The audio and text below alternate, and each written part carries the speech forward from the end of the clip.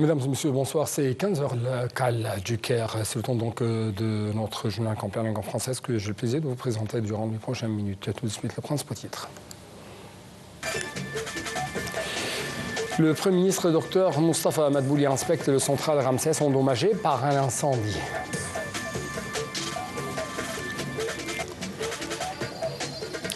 « 26 personnes tuées, dont 6 enfants, dont 2 raids aériens israéliens menés peu après minuit sur le territoire palestinien.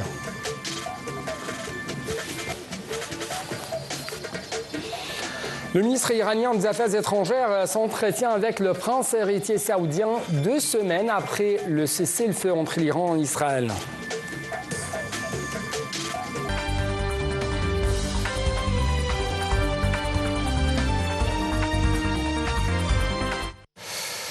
À la une de l'actualité, c'est le Premier ministre Dr Moustapha Madbouli qui a inspecté aujourd'hui le central Ramsès des communications téléphoniques et d'Internet, endommagé lundi dernier par un incendie. Lors de sa visite sur les sites, le chef du gouvernement a abordé avec le ministre des Télécommunications Ahmed Talat la reprise de tous les services du central.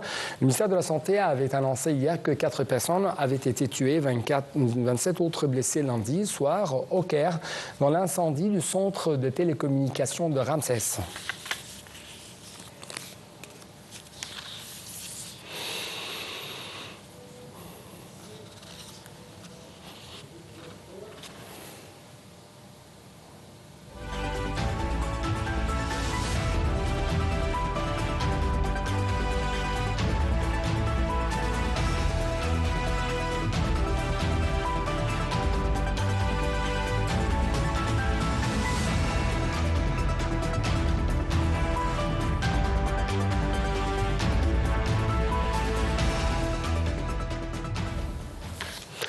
Sur le plan diplomatique, le Premier ministre Dr Moustapha Madbouli a reçu aujourd'hui le président du Conseil d'État chinois, Li Qiang, à son arrivée à l'aéroport international du Caire, accompagné d'une délégation de haut niveau. Le chef du gouvernement, le président du Conseil d'État chinois doivent co-présider une séance élargie de discussion sur les moyens d'optimiser le partenariat stratégique entre les deux pays. Ils doivent également assister à la signature d'un nombre de documents visant à renforcer la coopération bilatérale dans les divers domaines.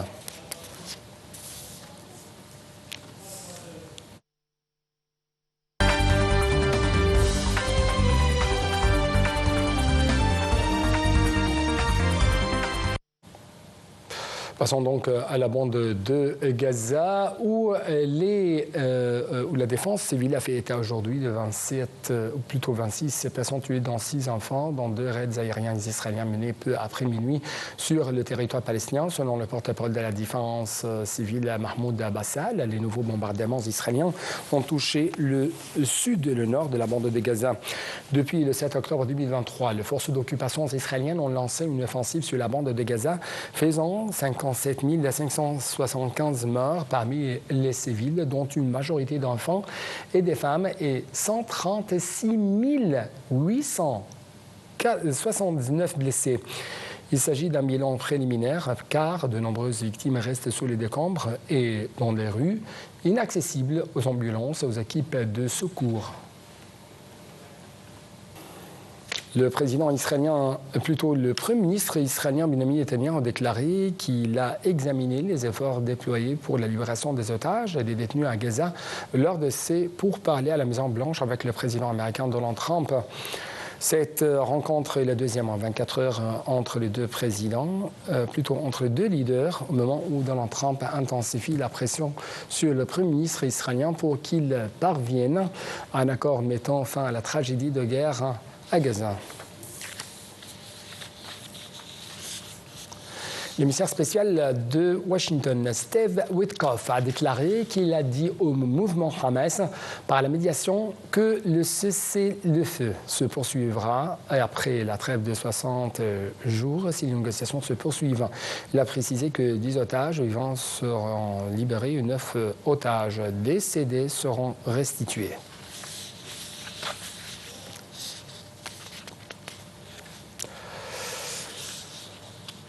Au Liban, le ministère de la Santé a annoncé qu'une personne avait trouvé, après une frappe à drone israélienne, trouvé mort contre un véhicule à Saïda au sud du Liban. Hier, le Liban a fait état de 3 personnes tuées par une attaque israélienne près de la ville de Tripoli, où l'armée israélienne a dit avoir visé un élément du Hamas, le premier dans le nord du pays depuis la trêve avec le Hezbollah. Israël continue de bombarder au Liban malgré la trêve conclue en novembre avec le Hezbollah, affirmant viser principalement les sites et les combattants du mouvement libanais, mais aussi à l'occasion des membres de son allié palestinien, le Hamas.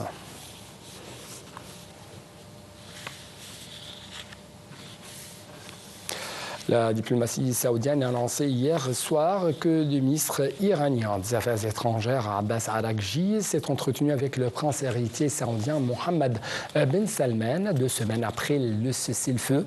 Au cours de l'entretien, Mohammed Ben Salman a réaffirmé la position du royaume en faveur du dialogue et du recours aux moyens diplomatiques comme seule voie pour le règlement des différends. Le ministre iranien a quant à lui salué les efforts déployés par le prince héritier en vue d'un renforcement de la sécurité et de la stabilité dans la région et dit sa gratitude envers le royaume pour sa position dans la condamnation de l'agression israélienne.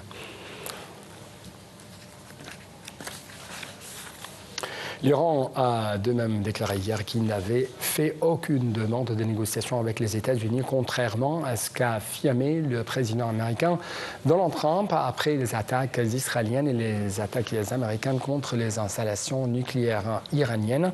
Il y a 2 jours, par exemple, Donald Trump a déclaré que l'Iran souhaitait engager des discussions avec Washington et que des pourparlers étaient prévus, sans toutefois en préciser ni l'heure ni le lieu.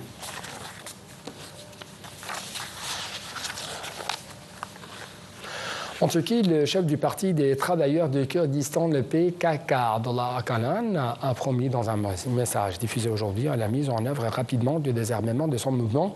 Selon lui, il s'agit d'une transition violente.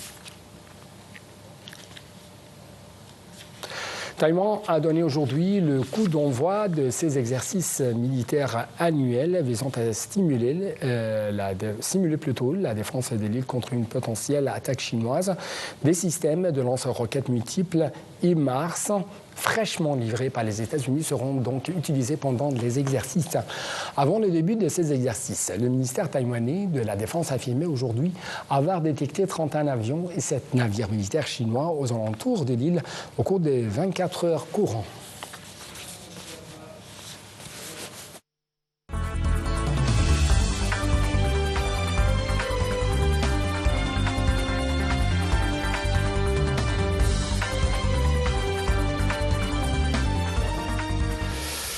Passons à notre rubrique économique où le commerce mondial a progressé au premier semestre 2025, tiré par les importations américaines et les exportations où les États-Unis ont lancé une guerre commerciale tous azimuts. Cependant, un rapport de l'ONU a mis en garde contre vent contraire qui s'annonce pour le commerce mondial au second semestre 2025 dans un contexte d'incertitude politique persistante et des tensions géopolitiques. Voici plus de détails sur les données de ce rapport.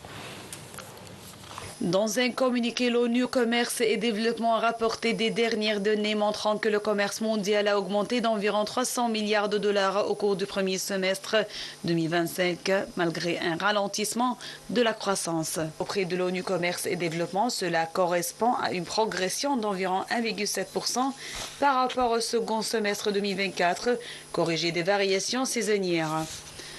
Le commerce mondial a augmenté d'environ 1,5% au premier trimestre et la croissance devrait s'accélérer pour atteindre 2% au deuxième trimestre, selon les prévisions de l'agence de l'ONU, qui ne dispose pas encore des chiffres définitifs.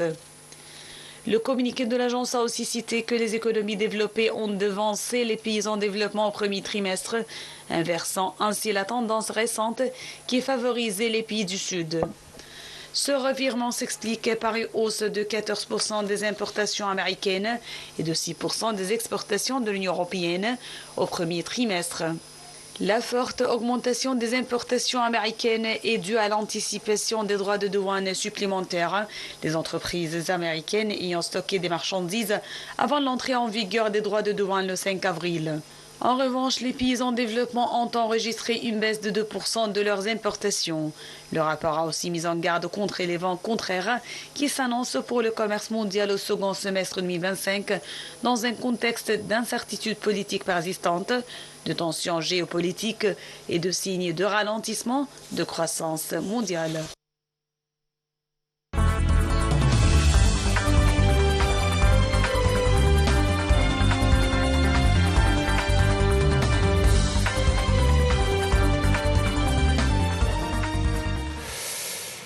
Chelsea a brisé le rêve de Fluminense en se hissant en finale du mondial 2-0 grâce à un doublé de sa toute dernière recrue, le Brésilien João Pedro, qui a joué un bien vilain tour à son club formateur mardi à East Rutherford. L'attaquant de 23 ans, transféré il y a plutôt une semaine seulement, en provenance de Brighton contre un chèque de près de 70 millions d'euros, a fêté de la plus belle des manières sa première titularisation. João Pedro a ainsi mis fin au beau parcours de Fluminense, tombeur notamment en huitième de finale de l'Inter Milan 2-0, finaliste de la Ligue des Champions.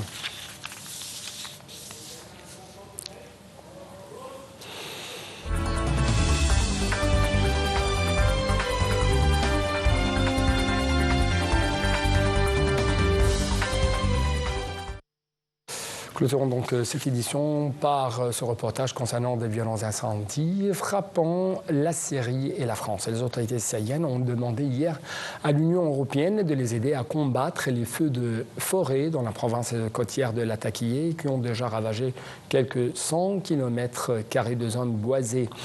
En France, les violents incendies qui frappent le sud depuis la canicule de la semaine dernière ont atteint un paroxysme hier, les flammes poussées par le Mistral atteignant Marseille, alors que des milliers d'hectares sont partis en fumée. Les détails dans ce commentaire.